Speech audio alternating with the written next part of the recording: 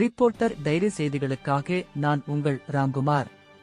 கிருஷ்ணகிரி காங்கிரஸ் சார்பாக பாராளுமன்ற எதிர்க்கட்சித் தலைவர் ராகுல் காந்தி அவர்களுக்கு கொலை மிரட்டல் விடுத்தவர்கள் மீது உரிய நடவடிக்கை எடுக்க வலியுறுத்தி பேரணியாக வந்து நகர காவல் நிலையத்தில் புகார் மனுவினை கொடுத்தனர். இந்தியாவின் நம்பர் 1 பயங்கரவாதி என்று ராகுல் காந்தியை அழைத்ததோடு வெறுப்பு உணர்வையும் சீற்றத்தையும் வன்முறையை தூண்டும் விதமாகவும் தொடர்ந்து தொலைக்காட்சிகளிலும் ஊடகங்களிலும் பாராளுமன்ற எதிர்க்கட்சி தலைவர் ராகுல் காந்திக்கு எதிராக பாரதிய ஜனதா கட்சியை சேர்ந்த மத்திய ரயில்வே இணையமைச்சர் ரமணித் பிட்டு மற்றும் தமிழக பாரதிய ஜனதா கட்சியின் தமிழக பொறுப்பாளர் எச். ராஜா மீது வழக்கு பதிவு செய்து நடவடிக்கை எடுக்க வேண்டும் என வலியுறுத்தி கிருஷ்ணகிரி நகர காங்கிரஸ் கட்சியின் சார்பில் லண்டன்பேட்டை BSNL அலுவலகம் முன்பாக இருந்து மத்திய அரசுக்கு எதிராக கண்டன கோஷங்களுடன் பேரணியாக வந்த காங்கிரஸ் கட்சியினர் கிருஷ்ணகிரி டவுன் காவல் நிலையத்திற்கு வந்தனர். பின்னர் நகர காங்கிரஸ் கட்சி தலைவர்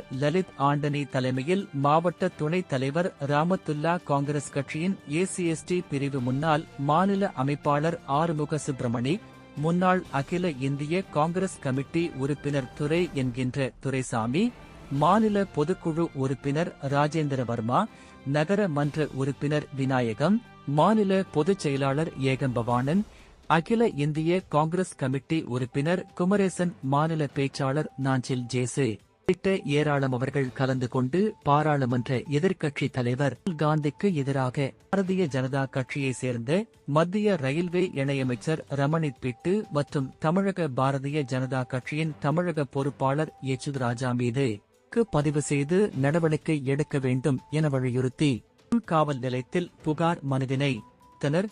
அப்போது மாவட்ட கலை பிரிவு தலைவர் கோவிந்தசாமி, நகர காங்கிரஸ் துணைத் தலைவர் இருதயம், முன்னாள் நகர தலைவர் வின்சென்ட், மாரியப்பன் உள்ளிட்ட ஏராளமானவர்கள் கலந்து கொண்டனர்.